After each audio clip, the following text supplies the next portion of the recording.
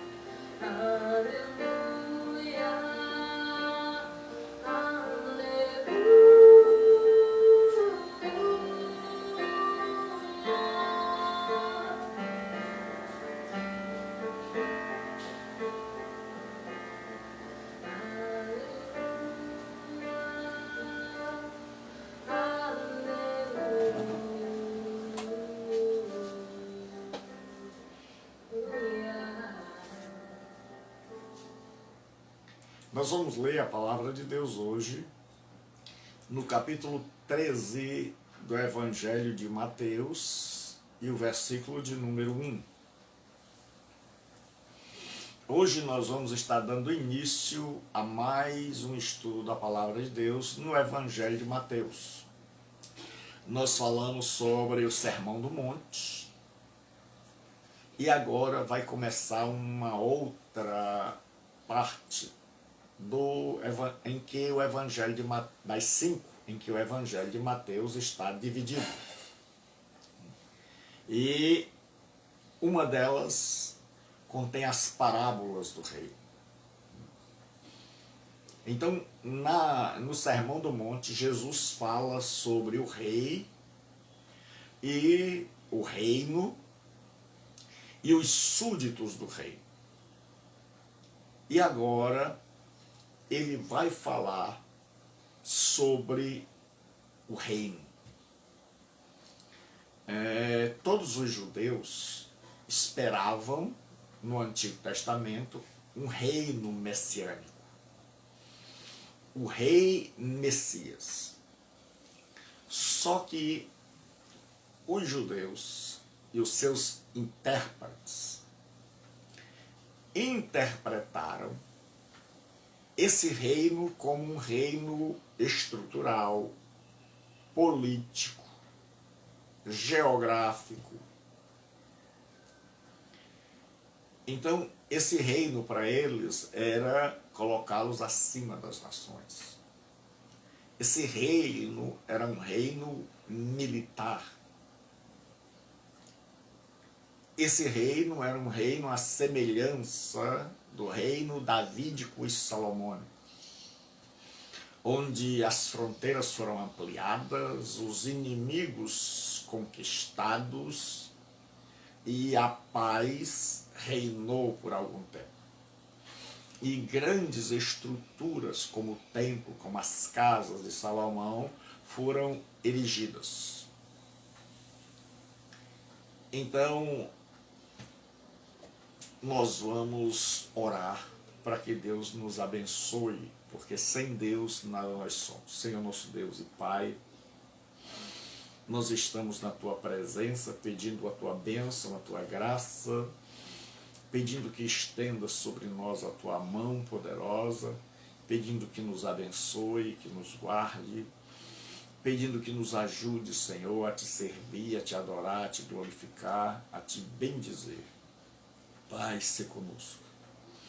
Em nome de Jesus, dá-nos interpretação, dá-nos graça, dá-nos, ó Deus, capacidade de expor, de ensinar, e capacidade a cada um de nós de entender. O Senhor disse que a nós foi dada a graça de compreender os mistérios do reino dos céus. Então abra as tuas portas, fale conosco poderosamente, pois nós oramos em nome de Jesus, para o teu louvor, para a tua glória, para que o teu nome seja engrandecido cada dia mais, em nome de Cristo. Então, Mateus 13:1, Deus abençoe o Júnior, a irmã Nilde, Deus abençoe. Capítulo 13, versículo 1. Tendo Jesus saído de casa naquele dia, estava assentado junto ao mar. E ajuntou-se muita gente ao pé dele, de sorte que, entrando num barco, se assentou, e toda a multidão estava em pé na praia. E falou-lhe de muitas coisas por parábolas, dizendo: Eis que saiu o semeador a semear. E quando semeava, uma parte da semente caiu ao pé do caminho, e vieram as aves e comeram-a. E outra parte caiu em pedregais, onde não havia terra bastante, e logo nasceu, porque não tinha terra profunda. Mas vindo o sol, queimou-se e secou-se, porque não tinha raiz. E outra caiu entre espinhos, e os espinhos cresceram e sufocaram. E outra caiu em boa terra, e deu fruto, uma a 100, outra a 60, outra a 30. Quem tem ouvidos para ouvir, ouça. Jesus termina esta parábola do mesmo jeito que ele fala lá com as igrejas do Apocalipse. Quem tem ouvidos para ouvir, ouça. Essa era uma expressão, que a gente chama de hebraísmo. Então, como eu ia dizendo, Jesus, ele agora vem, e ele é o rei, o Messias prometido, o filho de Davi, aquele em quem vai se cumprir e estão se cumprindo as promessas do Antigo Testamento, as promessas do reino. E ele vem falando do reino. Só que, como os intérpretes da época não tinham compreendido o reino como algo espiritual, como algo que começava no interior, então eles não deram crédito à mensagem de Jesus sobre o reino. Então, quando Jesus está ensinando sobre o reino, que esse reino não seria um reino exterior a princípio, que esse reino seria um reino interior, não material, não político, não arquitetônico, de prédios, de exércitos, mas um reino espiritual. Então o povo começou a desdenhar e começou a tapar os ouvidos, a ensurdecer-se, a endurecer o coração, porque não era aquele tipo de reino que eles queriam.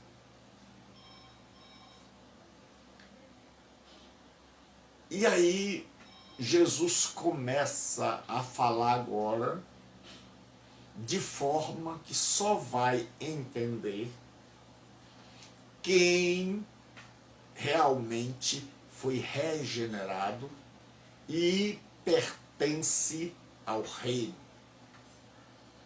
Então, as pessoas que taparam seus ouvidos, que ensurdeceram seus ouvidos, elas não vão compreender. Então, hoje nós vamos fazer uma introdução às parábolas do reino, que nós estamos começando o estudo delas hoje. Então, a partir de hoje, com a graça de Deus, nós estaremos começando uma nova série de estudos ao meio-dia, que é sobre as parábolas do reino. Então Jesus vai contar várias histórias para nos mostrar a natureza do reino.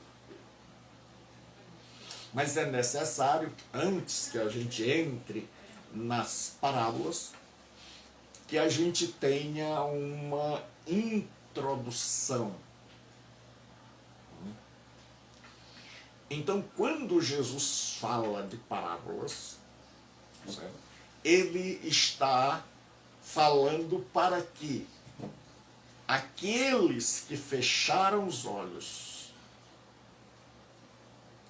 aqueles que ensurdeceram seus ouvidos, eles não vão entender, somente os discípulos. E Jesus vai falar estas parábolas, e duas ele vai dar aos discípulos em particular a interpretação. Mas as demais ele não vai dar a interpretação. Então, estas parábolas que ele vai interpretar são as parábolas do semeador,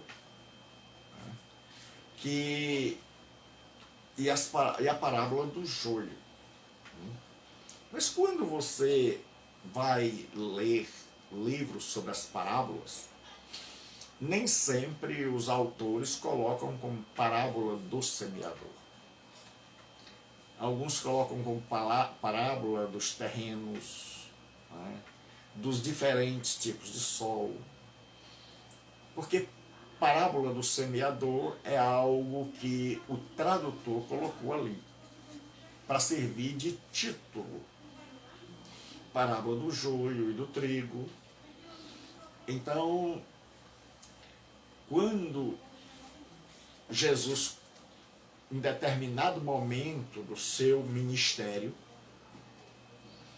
Jesus percebe que o povo não quer mais, não está mais concordando com ele acerca do reino dos céus. Então estas parábolas têm dois objetivos. Número um é dar uma resposta àqueles que não querem mais ouvir, que não concordam com a interpretação dele e que rejeitam o seu ensino sobre o reino. Então ele vai falar por parábolas para que estas pessoas que já decidiram que ele está errado, que já não concordam, que já têm uma opinião formada e não estão dispostos a mudar de opinião. Então tenha cuidado, porque todas as pessoas de coração endurecido e que acham-se os donos da verdade são pessoas difíceis e às vezes impossíveis de serem transformadas. Por outro lado, tem gente que muda com qualquer coisa. Então nós devemos ficar no meio termo. Nem sermos pessoas tão donas da verdade, que não possamos ser convencidos de que estamos total, parcial ou em algum momento equivocados. Nem como aqueles que são tão ingênuos, que diante do primeiro argumento eles já sucumbem e já mudam de opinião. Então nós devemos estar no mesmo termo, ter as nossas convicções, procurar firmar, embasar, alicerçar aquilo que nós cremos em verdades e estar com o coração aberto para sermos orientados, ensinados, advertidos, corrigidos, melhorados em nossos corações. Então Jesus Cristo agora percebe que um grupo, a multidão, eles não querem. E Jesus contou a primeira parábola. E aí Mateus vai fazer o que a gente chama na teologia de digressão. É sair do assunto das parábolas para mostrar uma conversa particular que Jesus teve com os discípulos. Então o texto começa, né, e esse texto foi interpretado de forma muito equivocada por um pastor bem conhecido da mídia. Né? E assim, tendo Jesus saído de casa naquele dia, estava sentado junto ao mar. Então, este pastor, que é da corrente da teologia da prosperidade, porque existem pessoas que elas fazem exegese. Exegese, existem duas palavrinhas que elas são usadas na teologia. Uma é exegese, com X, exegese. A exegese, ela vem de duas palavras gregas, ek e hegelmai, que quer dizer conduzir para fora. Então, na verdadeira exegese, que é uma espécie de interpretação mais aprofundada, nós deixamos a Bíblia falar. Então não é o que nós cremos, é o que ela diz. Por exemplo, se nós acreditarmos que Jesus vem antes da grande tribulação, e nós formos fazer uma exegese da Bíblia, e pegarmos os textos e os textos disserem o contrário, então nós paramos e repensamos a nossa posição doutrinária. Por quê? Porque a maior autoridade em questões de fé e prática é a Escritura. Infelizmente, hoje, nós interpretamos a Bíblia não com uma exegese, com uma interpretação sadia, mas com a doutrina da nossa igreja. Então, com aquilo que nós anteriormente cremos, com os nossos pressupostos. Então, nós vamos buscar textos na Bíblia que confirmem aquilo que a gente crê.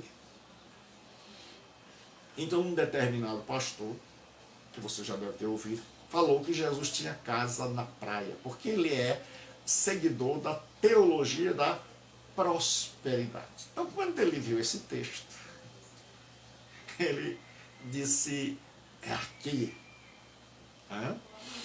Então, a primeira palavra é exegese, que quer dizer que você vai para a Bíblia e todos nós temos um monte de pressupostos, ou seja, de conceitos, de doutrinas que nós já aprendemos. E quando nós vamos interpretar a Bíblia de forma sadia, nós vamos ver se aquilo que nós aprendemos, que nos ensinaram, fica de pé ou cai. Se está certo ou errado. Então isto chama-se exegese. Existe outra palavra bem parecida, certo? Então, na exegese, você deixa a Bíblia falar. Então, nós tiramos da Bíblia, depois de uma interpretação correta, as nossas crenças. Então, nós examinamos a Bíblia, vemos o que ela diz sobre determinado assunto, estudamos esse assunto com profundidade, organizamos esse assunto e aí fazemos a nossa crença embasada, com alicerce. E aí podemos ter razões para crer e para defender a nossa crença em determinado assunto da Bíblia. Porque foi extraído da Escritura. Já na exegese, eis quer dizer para dentro de. Hegeomai, conduzir. Então, na exegese, acontece o contrário. Se na exegese eu tiro as minhas doutrinas da Escritura, na exegese eu coloco dentro da Escritura as minhas crenças. Porque eis quer dizer para dentro de. Hegeomai, conduzir. Então, eu creio num determinado assunto, então eu vou para a Bíblia só confirmar esse assunto. Procurar textos sem a devida cautela, sem o estudo aprofundado, para poder fundamentar a minha crença. Então, eu não tiro da Bíblia a minha crença. Eu já tenho essa crença. Essa crença ou nasceu comigo, ou foi me transmitida por meus pais, ou foi me ensinada numa determinada comunidade da fé. Eu já acredito nisso. Então, o que eu quero é justificar isso e mostrar que a Bíblia ensina aquilo que eu creio. Que é o caso que acontece aqui. Se a pessoa ela faz uma exegese, ela vai dizer assim: tendo Jesus saído de casa naquele dia, certo? Então ela vai ver tudo isso aqui no original. Então ela vai começar a comparar. Espera aí. Jesus disse: as raposas têm covis, as aves do céu têm ninho, mas o Filho do Homem não tem onde reclinar a cabeça. Que história é essa que Jesus diz uma hora que não tem onde reclinar a cabeça, que tem menos do que um pássaro e do que uma raposa, e agora ele aparece com uma casa. Então, ainda diz mais: estava assentado junto ao mar. Então, quando a pessoa que da teologia da prosperidade, que acha que você deve ter uma casa, e uma casa à beira-mar, certo? Você lê um texto desse, você nem vai procurar interpretar. Você já sai dizendo que Jesus tinha uma casa à beira-mar, e você diz que pode provar biblicamente. E aí a pessoa diz: está aqui, tendo Jesus saído de casa naquele dia, vendo? Texto. Estava sentado junto ao mar. Ainda faz pergunta: Jesus saiu de onde? De casa. Estava sentado onde? Junto ao mar. Então, a pessoa deduz logo que Jesus tinha uma casa, e essa casa era à beira-mar. Era de frente para o mar. Então, Jesus era da teologia da prosperidade. Isso chama-se exegese. Exegese é que eu acredito que todo mundo que serve a Deus deve ser próspero, rico, ter as coisas, e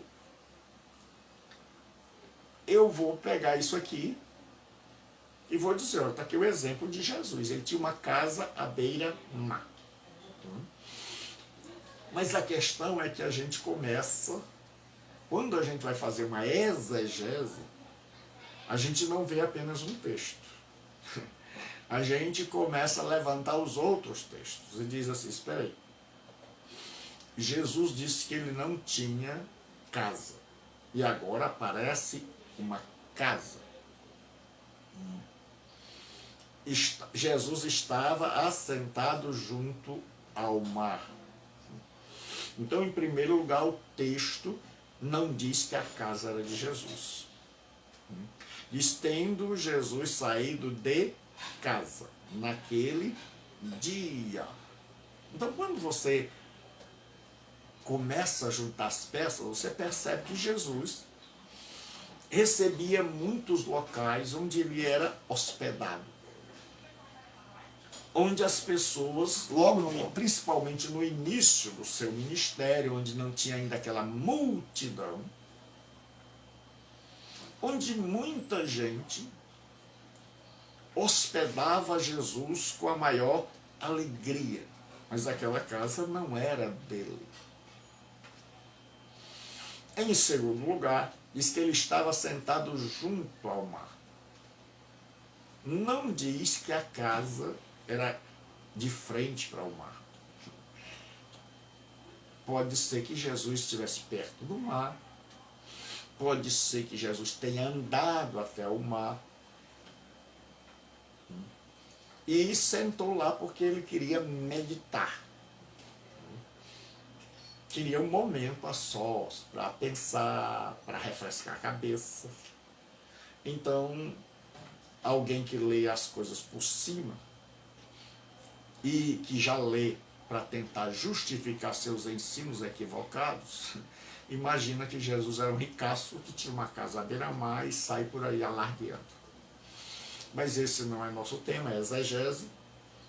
Mas exegese é a interpretação correta. Sempre que você ouvir falar em exegese, significa uma interpretação meticulosa, uma interpretação usando os textos originais, usando várias maneiras e ferramentas de interpretação dele. Então a Bíblia diz que ajuntou-se muita gente ao pé dele. Então uma multidão veio, Jesus estava ali à beira-mar. Então uma multidão, certo? De sorte que entrando num barco, então Jesus agora já usa o barco como lugar de onde ele vai proferir seus ensinos. Diz assim, sentou-se, porque naquela época o professor, o mestre, o rabi, ele ensinava sentado. E os alunos, os discípulos ficavam de pé. E toda a multidão estava em pé na praia. Então, Jesus sentou-se. E agora ele vai começar a ensinar aquela multidão. E Jesus sabe que aquela multidão não concorda com os seus ensinamentos acerca do reino. E que muitos ali já estavam contradizendo. Ele dizia uma coisa, a pessoa dizia outra. E aí Jesus falou-lhes de muitas coisas por parábolas, dizendo. Aí a primeira parábola que ele fala é a parábola do semeador. Mas ninguém entende. E como eu disse, hoje é uma palavra introdutória.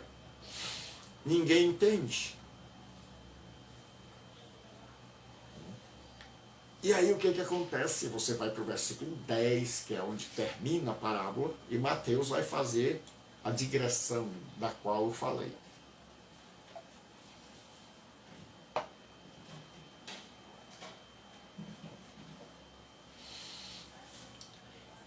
Então agora nós vamos ter explicações sobre as parábolas. Acercando-se dele, os seus discípulos disseram, por que lhes fala por parábolas? Veja que Jesus está se dirigindo às multidões. E os discípulos agora querem saber por que Jesus mudou o seu método. Por que Jesus não ensina mais claramente, mas através de ilustrações, de parábolas?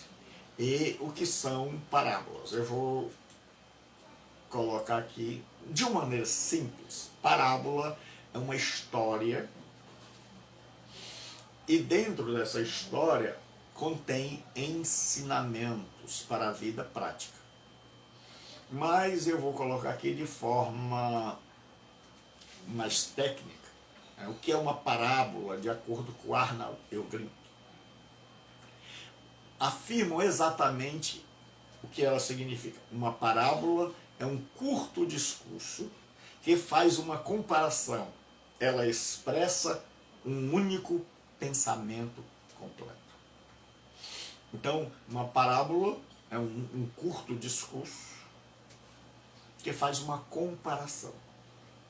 Ou seja, Jesus disse, o reino dos céus é semelhante a. Ele compara o reino dos céus com um semeador. Compara o reino dos céus a uma árvore, a um tesouro, a uma pérola. Coisas que o povo da época conhecia bem. E aí, essa parábola vai ser essa comparação. O Ralph, ele diz assim, sendo o mais simples, a parábola é uma metáfora, uma símile tirada da natureza ou da vida comum, atraindo o ouvinte por sua vivacidade ou estranheza. Então, era um método para chamar a atenção das pessoas. você vai ver que, por exemplo, na parábola do semeador, o semeador joga semente, que era algo precioso, em tudo que é lugar. Na beira do caminho, em cima das pedras, no meio dos espinhos. Então as pessoas olhavam assim, espera aí, que semeador é esse? Que agricultor é esse que joga semente em tudo que é lugar? Em lugares que outro semeador jamais jogaria. Né? E isso chama atenção. Você espera aí, eu quero ouvir essa história. Ou para zombar, ou para saber que negócio é esse estranho que ele está falando aí. Holtz, ele diz, entendê-las depende de reconhecer a Jesus como Messias e de reconhecer o reino de Deus que está irrompendo em seu ministério. Então, só vai entender as parábolas aqueles que têm Jesus como Messias e que creem que com ele está iniciando o reino dos céus. E estas parábolas, elas são 8 parábolas ao todo. Lembre que todo o evangelho de Mateus está baseado nas 8 bem-aventuranças. Assim como o Antigo Testamento nos 10 mandamentos, a estrutura de Mateus é a estrutura das 8 bem-aventuranças. É tanto que antigamente as igrejas eram feitas com um octógono, ou seja, com 8 lados. Cada um lembrando uma bem-aventurança. Certo? Então, as 4 primeiras parábolas são dirigidas à multidão. As 4 últimas aos discípulos. Então, o que acontece? Esse método de Jesus já é o método previsto, profetizado no Antigo Testamento. O Salmo 78, versículo 2, diz assim, abrirei a boca numa parábola, proporei enigmas da iniquidade, da antiguidade, desculpe. Da antiguidade. Abrirei a minha boca numa parábola, proporei enigmas da antiguidade. Então, Jesus está agora falando por parábolas e revelando mistérios do reino. E os outros não vão entender. Por que não vão entender? Jesus vai nos explicar a razão de não entender. Então os discípulos chegam e dizem, por que eles falam por parábolas? Ele respondendo disse-lhes, então agora está só Jesus e os discípulos. Estão só Jesus e os discípulos. Disse-lhes, porque a vós é dado conhecer os mistérios do reino dos céus. Ele diz os mistérios do reino dos céus, como é a natureza desse reino, é para vocês que fazem parte dele. É para vocês que entraram nele pelo novo nascimento. É para vocês que têm a minha mente. É para vocês que eu vou revelar a verdadeira natureza do reino. Porque vocês vocês acreditam em mim e querem participar desse reino. E vocês jamais poderão propagar esse reino. Vocês jamais poderão participar desse reino se vocês não compreenderem o que é esse reino. Um dos grandes problemas da interpretação do Novo Testamento está justamente aqui. Em saber o que é o reino de Deus. Porque muitas vezes a gente confunde reino de Deus com igreja. E igreja é parte do reino, mas não é o reino. A igreja prega, anuncia o evangelho do reino.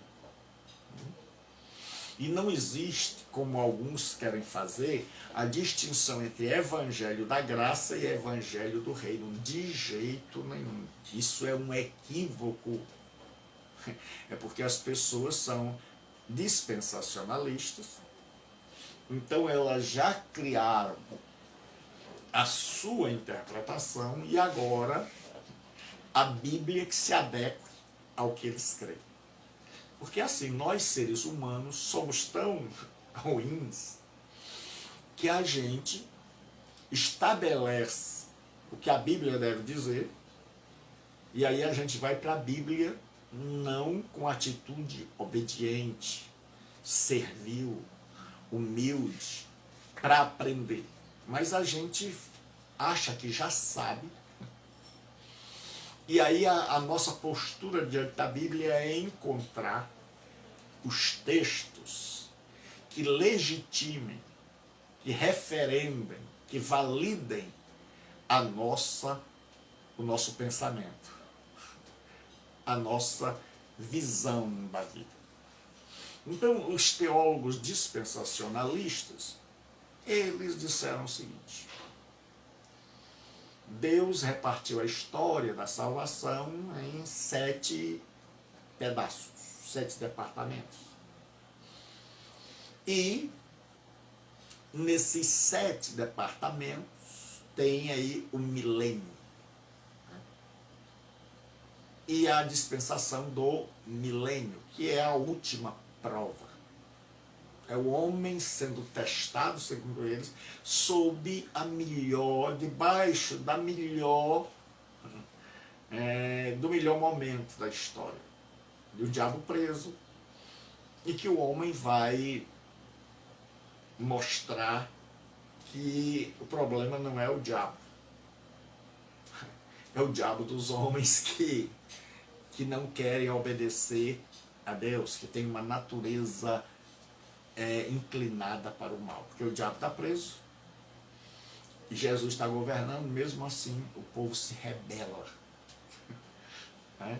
Lá no Éden foi agora é uma multidão que se rebela. Então os teólogos dispensacionalistas, eles disseram o seguinte: a dispensação da graça, o período da graça vai terminar com o arrebatamento da igreja, que será pré-tribulacionista, ou seja, antes da tribulação. Jesus vem e vai levar a igreja. E aí surgiu a pergunta: e vai haver pregação depois? Eles disseram sim. Só que não vai ser mais pela igreja, porque a igreja pregou o evangelho da graça. E a igreja subiu. E agora Jesus vai chamar os judeus, e os judeus vão pregar o evangelho, mas não é mais o evangelho da graça, é o evangelho do reino. Então esta é uma interpretação, infelizmente, equivocada. Certo? Porque não há distinção entre evangelho da graça e evangelho do reino.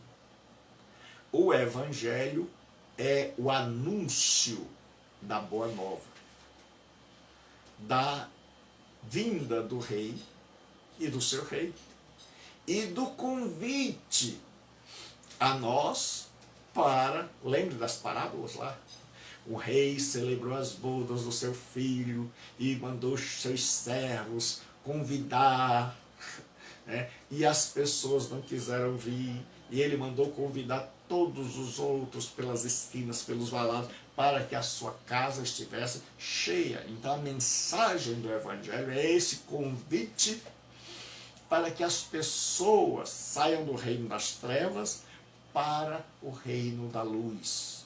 Que essas pessoas recebam a Jesus como seu rei, se submetam às leis do seu reino e sejam por ele salvas e transformadas, e conheçam o reino. Então, o que acontece? Evangelho da graça é o evangelho do reino. Certo? São sinônimos. Então, diz assim: os mistérios do reino dos céus. Então Lucas vai dizer reino de Deus. Mateus, como está escrevendo para judeus, ele prefere não usar a palavra Deus. Ele prefere usar a palavra céus, que é o sinônimo, certo? Para que o judeu não fique achando que ele está usando o nome de Deus de forma indevida. Então o judeu tinha muito temor por causa do mandamento: não tomarás o meu santo nome em vão. Então Mateus prefere, já que ele está lidando com o povo judaico, não escrever reino de Deus. Basileia, Basileia, tu feu. Ele não quer isso. Ele não quer dizer o reino de Deus. Aí ele substitui por Basileia, tu urandu, que quer dizer reino dos céus. Mas é a mesma coisa, porque há teólogos que dizem que são coisas distintas. Isso, infelizmente, é uma interpretação que não é ensinada no Novo Testamento. Então Jesus diz: mas a vós é dado conhecer os mistérios do reino dos céus, mas a eles não lhes é dado. E aí os discípulos ficam assim: por quê? Por que que a nós é dado e a eles não? É que nós, geralmente, nós achamos que a gente entende mais do que Deus. Geralmente, quando você vai estudar a soteriologia e você vai ensinar as duas vertentes, calvinismo e arminianismo, e você começa ensinando sobre Calvino, sobre a eleição, que Deus escolheu uns para a salvação, então as pessoas fazem a mesma pergunta: por quê? Por que que ele não escolheu todos? Porque escolheu uns? Porque a gente acha que a gente sabe mais que Deus. Então a gente já começa a questionar. E Deus é tão bom que vai nos explicando. Então o povo chega e diz, Jesus diz: mas a eles não lhes é dado conhecer. Então Jesus diz: os mistérios do reino dos céus vocês vão conhecer, eles não. É a primeira razão de eu falar por parábolas. E aí Jesus diz assim: porque aquele que tem, ele vai usar um provérbio na época, porque aquele que tem se dará.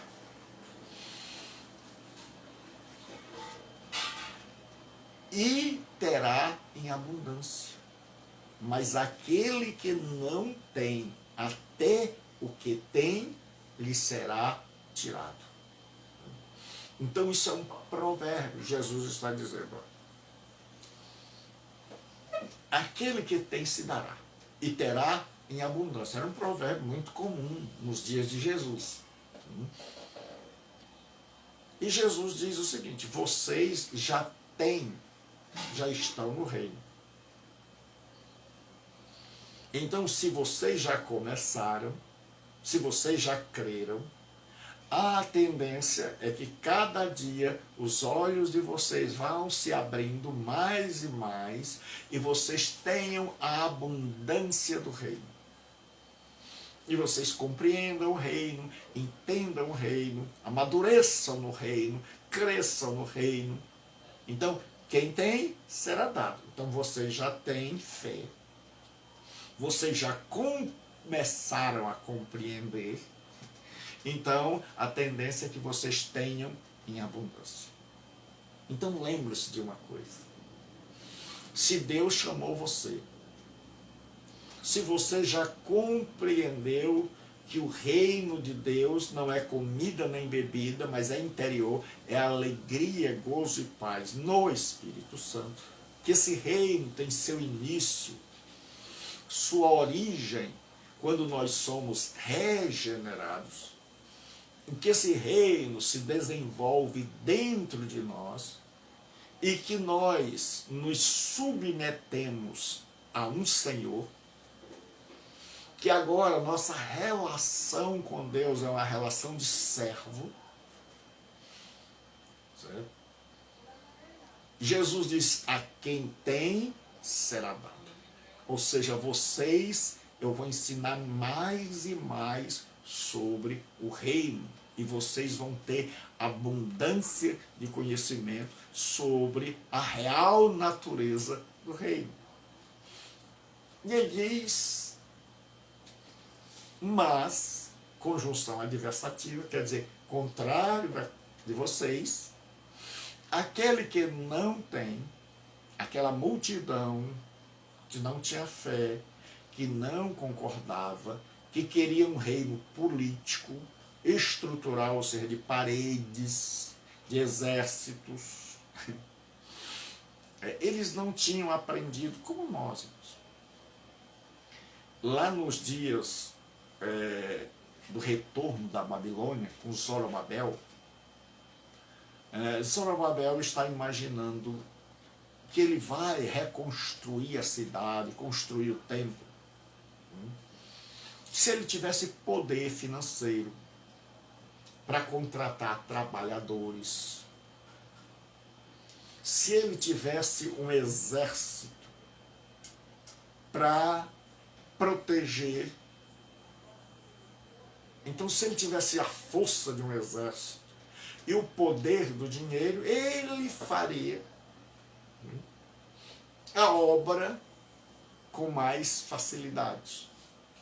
E aí Deus fala-lhe, dizendo, não por força nem por violência, mas pelo meu Espírito. Deus está dizendo, Zorobabel, a realidade não é que você vai fazer pela força, não é você ter dinheiro para contratar homens, uma multidão com muita força, uma força-tarefa para reconstruir a cidade, o templo, ou com um exército aqui para que as pessoas te obedeçam e para que os inimigos não te atrapalhem. Deus diz, não por força nem por violência, mas pelo meu Espírito. Deus está dizendo, a obra será feita, os inimigos serão afastados, os teus servos serão incentivados, trabalharão pelo meu Espírito. Então aqui, Jesus agora diz o seguinte, mas aquele que não tem a fé, aquele que não creu, aquele que não foi regenerado, aquele que sabia sobre o reino, mas tinha interpretado equivocadamente, porque eu sempre digo, muita gente de igreja não leva a sério a questão da interpretação das Escrituras. Meu irmão, senhor e senhora, se eu e você não levarmos a sério a escritura da casa que nós temos, nós podemos perder a casa. Se a gente não lê direito a escritura, você comprar uma casa e não ler direito os termos da escritura, a pessoa pode colocar lá uma cláusula dizendo que ela está vendendo aquela casa não para sempre, mas por 10 anos. E que aquelas escrituras, após 10 anos, retornarão ao seu legítimo dono. Aí a pessoa compra a casa.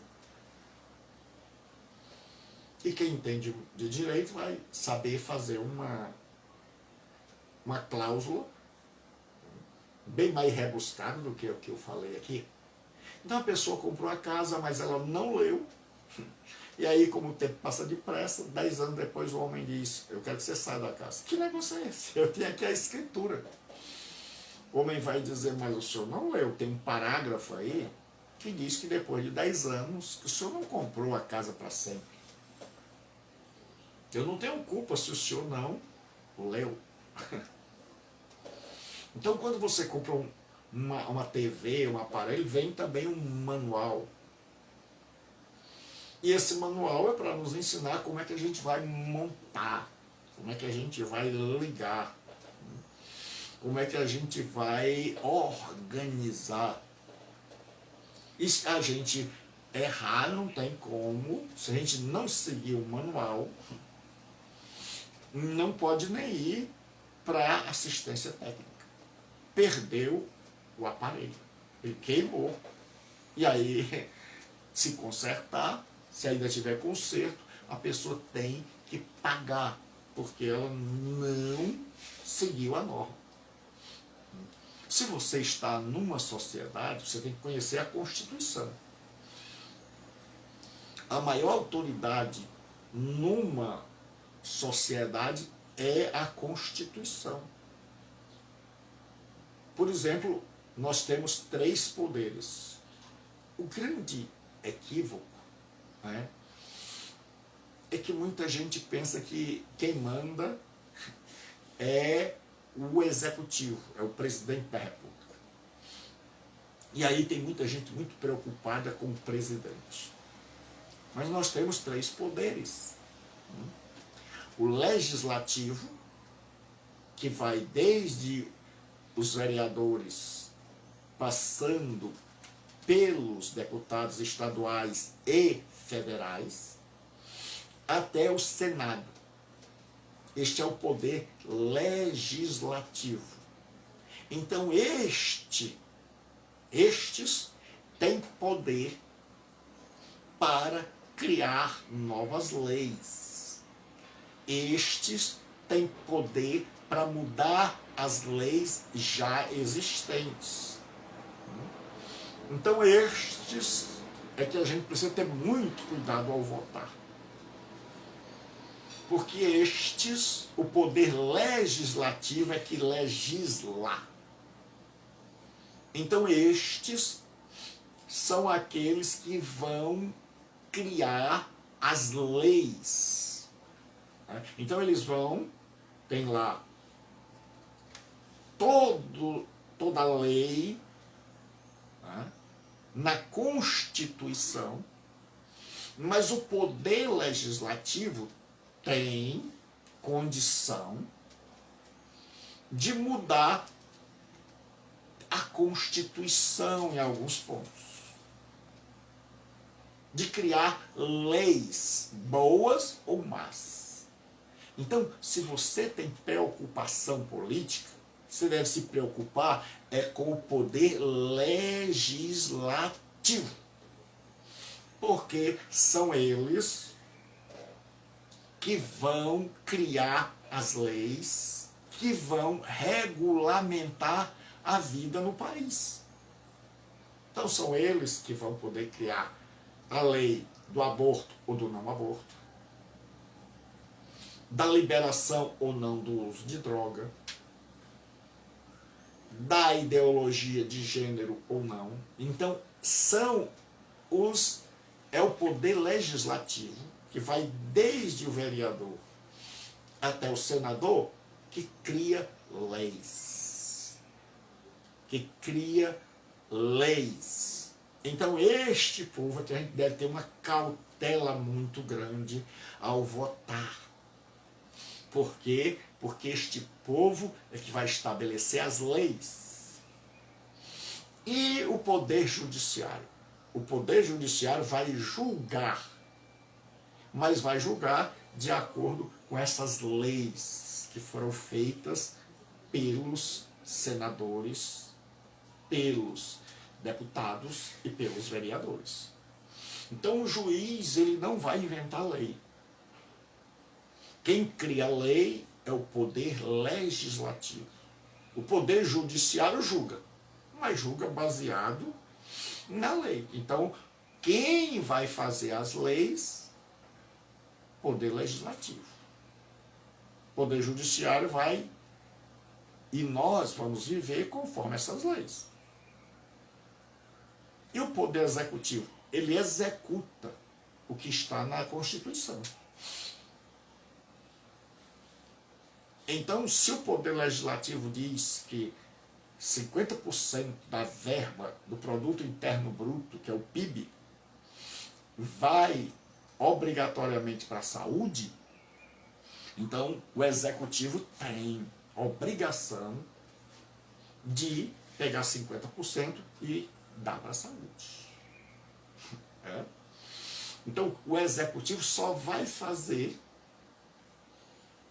aquilo que os legisladores já estabeleceram, aquilo que está na Constituição. Então ele só tem poder enquanto ele estiver de acordo com a Constituição. Então qualquer coisa que ele vai tomar de decisão, ele tem que saber se aquela decisão é constitucional, ou seja, se está em harmonia com a Constituição. Então, se ele tiver de acordo com a Constituição, ele pode governar.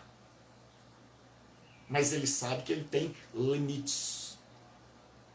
Que ele não pode fazer coisas da sua cabeça. Por que eu contei isso? Porque no reino de Deus tem uma Constituição, que é a palavra de Deus, que é a Escritura Sagrada. E que nós temos um rei, que é Jesus Cristo, e que ele age conforme estas leis por ele estabelecidas. Ele é o grande legislador, estabeleceu leis, certo? E se eu quero andar segundo a vontade dele, se eu quero poder orar e dizer assim, seja feita a tua vontade, então eu preciso ter um profundo conhecimento das leis do reino. Eu preciso conhecer a Constituição divina, que é a Escritura. Porque ela é que vai fundamentar, é que vai validar as minhas atitudes, as minhas decisões. Então o grande problema nosso é que nós não examinamos as Escrituras. E por não examinarmos as Escrituras, fazemos coisas que Deus não autorizou. Que as Escrituras não autenticam, não legitimam. E aí, nós quebramos a cara. É como a presidente que deu as pedaladas fiscais. Ela tentou fazer coisas que eu não sei, não posso julgar, mas ela tentou fazer coisas que a Constituição não permitia. E o que aconteceu? Pegaram isso, já não queriam, e aí pegaram o momento em que ela saiu da Constituição e impeachmentaram, ou tiraram, afastaram ela, afastaram-na. Então assim acontece comigo e com você.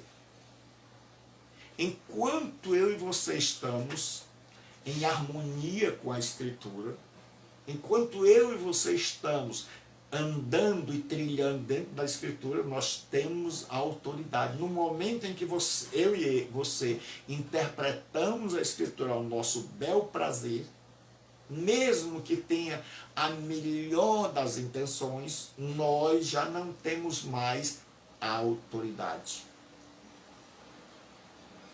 Nós já perdemos a autoridade. Então Jesus disse, até aquilo que tem lhe será tirado. Então, de um lado, o crescimento dos discípulos em relação ao reino.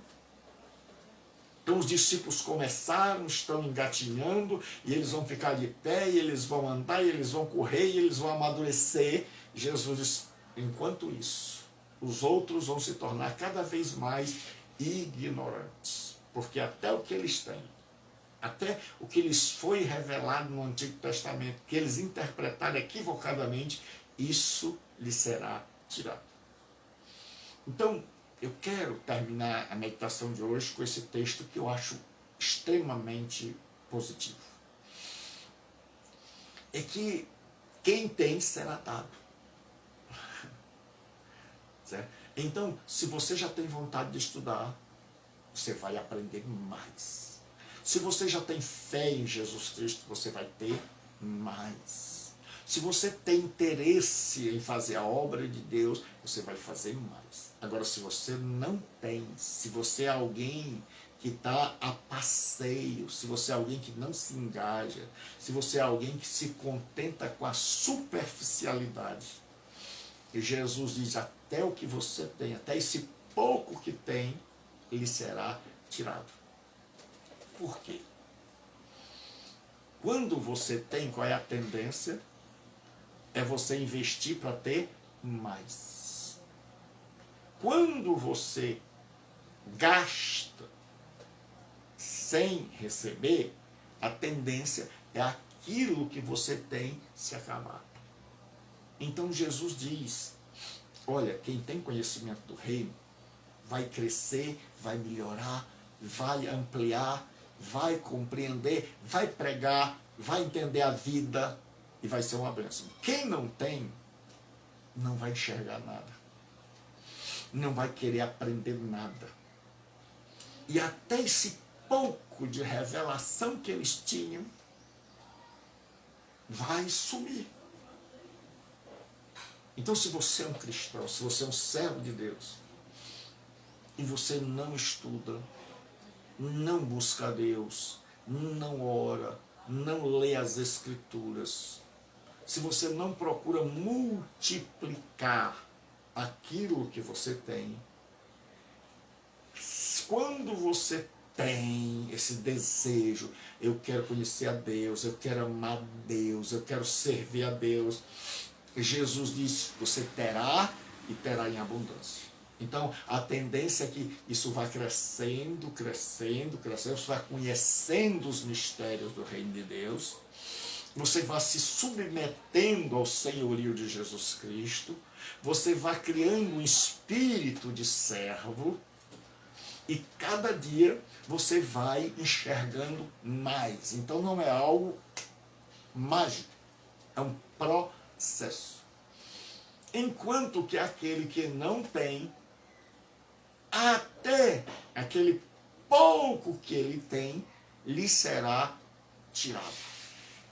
Ou seja, se uma pessoa frequentou uma tradição religiosa, uma comunidade da fé, e ela se contentou com o básico do básico, e ela não procurou se aprofundar, cavar o alicerce, e ela não teve sede de justiça, não se compreendeu pobre de espírito, não chorou. Então a tendência é que esse pouco, com o passar do tempo, vá diminuindo, diminuindo, diminuindo, até que a pessoa ou caia da fé, ou não ache mais graça no cristianismo. Ache que perdeu tempo. Como diz o povo lá no livro do profeta Malaquias, inútil é servir a Deus. E que nos adiantou vivermos de luto diante dele? Então era um povo que achou que tinha errado ao escolher a Deus. Então há um perigo da crença superficial, preste bem atenção. Muitas vezes a gente fica tão feliz quando uma pessoa levanta a mão, vai à frente. Mas a gente deve ter um cuidado para que essa crença não seja uma crença superficial. Alguém que não entendeu nada, alguém que foi pelas emoções, alguém que não foi discipulado, alguém que diz, não, eu estou muito contente, eu não quero esse negócio de mudança, de transformação, eu gostei do ambiente, eu gostei das pessoas. Então, esse tipo de gente que não quer se aprofundar, porque o cristianismo é uma religião, é uma comunhão com Cristo, melhor dizendo, em que você começa na superfície e você vai começando a dar mergulhos cada vez mais profundos. Então, cada vez você tem mais ar. Cada vez você se aprofunda mais, cada vez você está mais em comunhão com Cristo. Então, se a pessoa está no cristianismo e ela não tem esse desejo de se aprofundar, de dar mergulhos mais profundos, de conhecer o reino e o seu rei, que nós vamos ver a natureza nas parábolas, a tendência dessa pessoa é, Jesus diz, quem não tem, até o que tem lhe será tirado.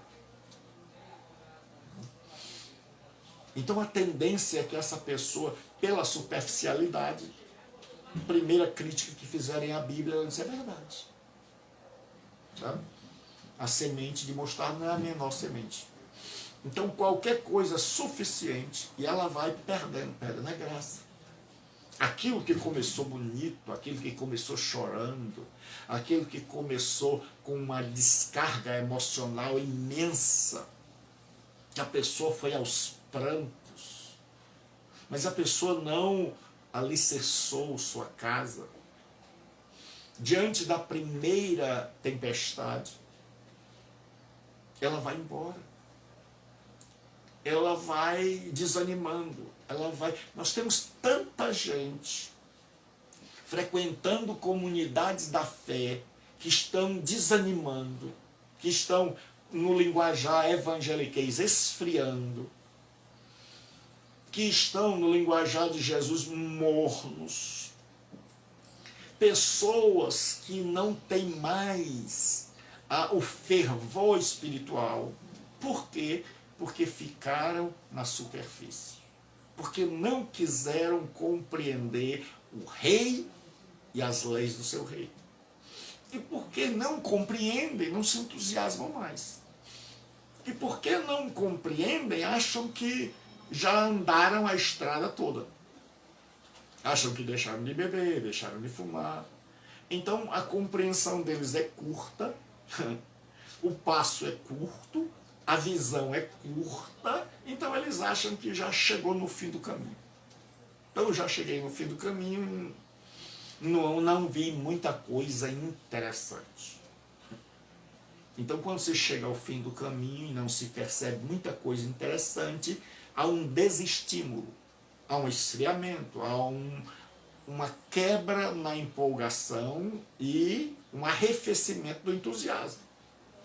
Mas quando você descobre que você entrou num determinado lugar, por exemplo, uma pessoa, um mergulhador, que ele entra por um pequeno buraco, numa caverna de mergulho, e ele descobre do outro lado um mundo de belezas sobrenaturais, de águas cristalinas, de estalactites, aquelas que formam-se pela água que penetra na pedra, que parece catedrais, da imagem do sol pelas frestas, fazendo a água mudar de cor, dos animais que estão ali, que são completamente diferentes, que se adaptaram à escuridão, das plantas que tem ali completamente diferentes, da multiplicidade de caminhos por entre aquelas cavernas subterrâneas. Então ele fica maravilhado e ele vai chamar os outros cientistas do mundo. E aí eles vão estudar os organismos que tem lá, as plantas que tem lá, como aquelas cavernas se formaram, há quantos anos eles calculam que levou para aquilo ali, como aquela água penetrou ali, de onde aquela água veio, é água salgada, é água doce. Então eles dizem assim, rapaz, que coisa. Então muitos mudam ali para perto da caverna. Então a vida deles se torna agora em descobrir tudo sobre aquela caverna. E quanto mais eles descobrem, mais coisa. Então quanto mais eles entram na caverna, mais eles querem entrar. E mais gente está chegando. E aí o que eles estão escrevendo está saindo nas revistas científicas do mundo. E aí todos os cientistas começam, aqueles que lidam naquela área, eles começam a vir para descobrir esta maravilha. Né? Então muita gente, cientista, larga o namorado que tinha. Não, mas aconteceu. Eu fui ali, não dá mais, o nosso casamento, tchau. Eu encontrei algo maravilhoso, eu tenho que estudar, me dedicar a fazer o doutorado aqui nessa caverna. Eu descobri algas, eu descobri plantas, eu descobri seres que não existem, então eu quero catalogar, eu quero ser o primeiro. Então ele fica tão entusiasmado que ele esquece. Outros dizem, não, eu peço demissão do meu trabalho. Outros dizem assim, mulher, menino, vocês fiquem aqui, cuidem da mãe de vocês, está aqui dinheiro para vocês, mas vocês não vão me ver por um bom tempo. Aí eu não sei quando volto, só sei que eu vou. Então, eles a cada dia estão mais interessados, e eles vão descobrindo cada dia mais coisa, e eles vão descobrindo quão grande é a caverna. Então, aquilo ali vai se tornar a vida deles. Agora tem muita gente passando e vê um buraco e diz, olha que lindo. E dá um mergulho e olha e diz assim, vixi, não, mas aqui pode ser perigoso, então vamos sair. E passa e viu apenas um buraco. No cristianismo é assim. Tem gente que entra no cristianismo, deu um mergulho, achou difícil. Viu, rapaz, o negócio aqui é sério. Ou então não se interessou, não achou tão interessante. No começo parecia bonito, mas depois ele achou desinteressante, aí ele resolve passar. Mas aquele que realmente deu um mergulho com Cristo e descobriu que do outro lado existem tesouros, e tesouros, revelações e mais revelações, e que o conhecimento à primeira vista é minúsculo diante de tudo que tem quando a pessoa for. Então a pessoa abre mão da vida, abre mão do trabalho, abre mão de muita coisa para servir ao reino de Deus, para compreender esse reino, para partilhar esse reino, para trazer outras pessoas para dentro do reino, para viver no reino e para servir ao reino. Que Deus abençoe. Espero que essa introdução tenha nos ajudado. E amanhã nós já entraremos na parábola do semeador. Então saiba, quem já mergulhou, quem atravessou o ponto escuro, saiu lá do outro lado, quem descobriu que Jesus é maravilhoso, tremendo. Se você olha para frente, você descobre, quanta coisa eu tenho para aprender. Meu Deus, nada eu sei. Parabéns, você é pobre de espírito. Então, você vai ser enriquecido na sua vida. Mas aqueles que olharam e não acharam interessante, a tendência é que cada dia eles venham menos. Cada dia eles se interessem menos, enquanto que você cada dia vai se interessar mais. Então, eis aí uma maneira de nós sabermos se nós estamos ou não no reino de Deus. É que se você compreendeu o reino de Deus, é que se você se submeteu ao reino de Deus, cada dia você vai descobrir coisas novas.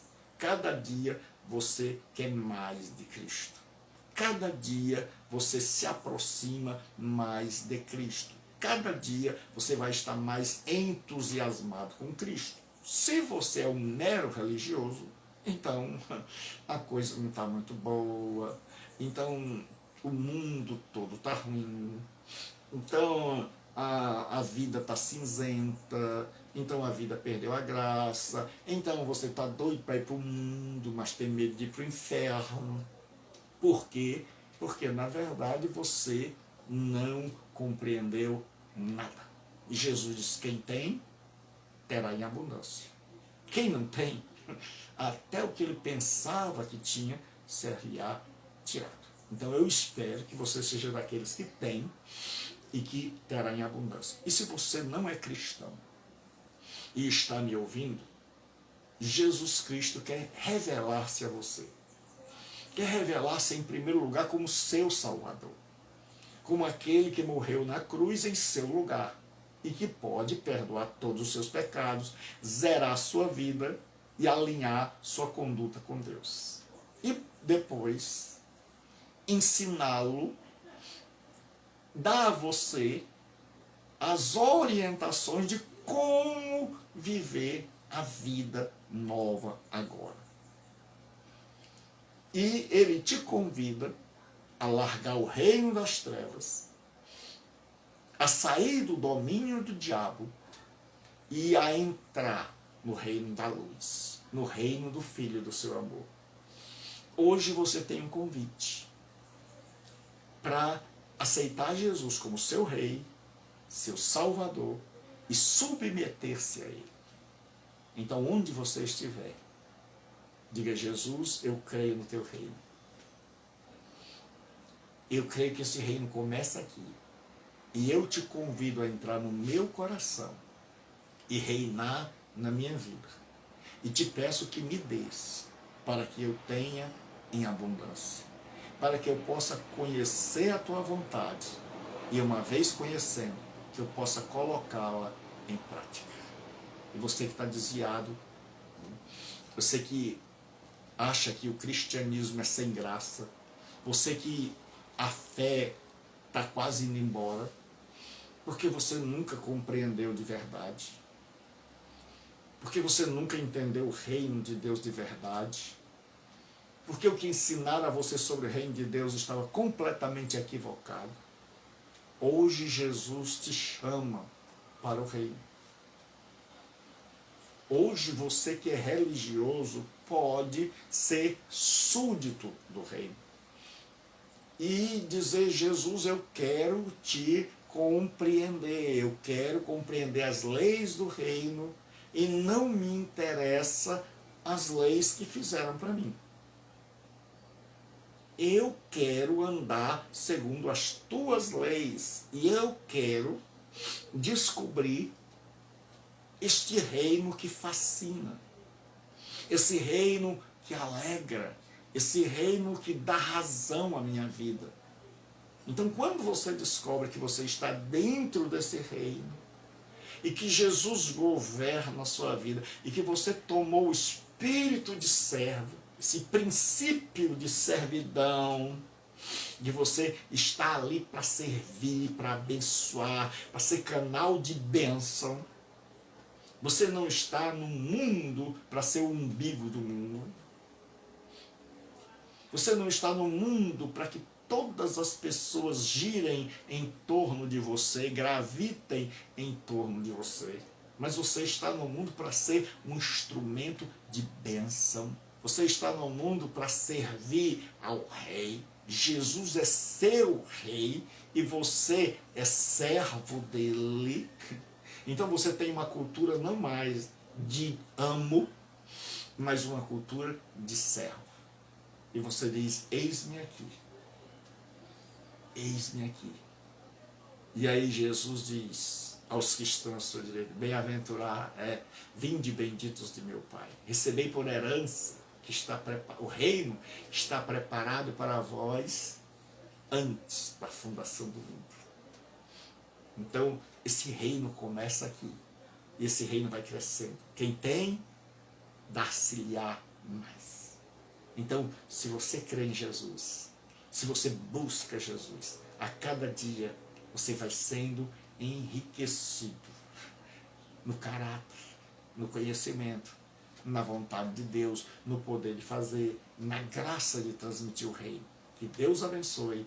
Até amanhã. Então, de segunda a sexta, você é nosso convidado a estudar as parábolas do reino. Deus abençoe.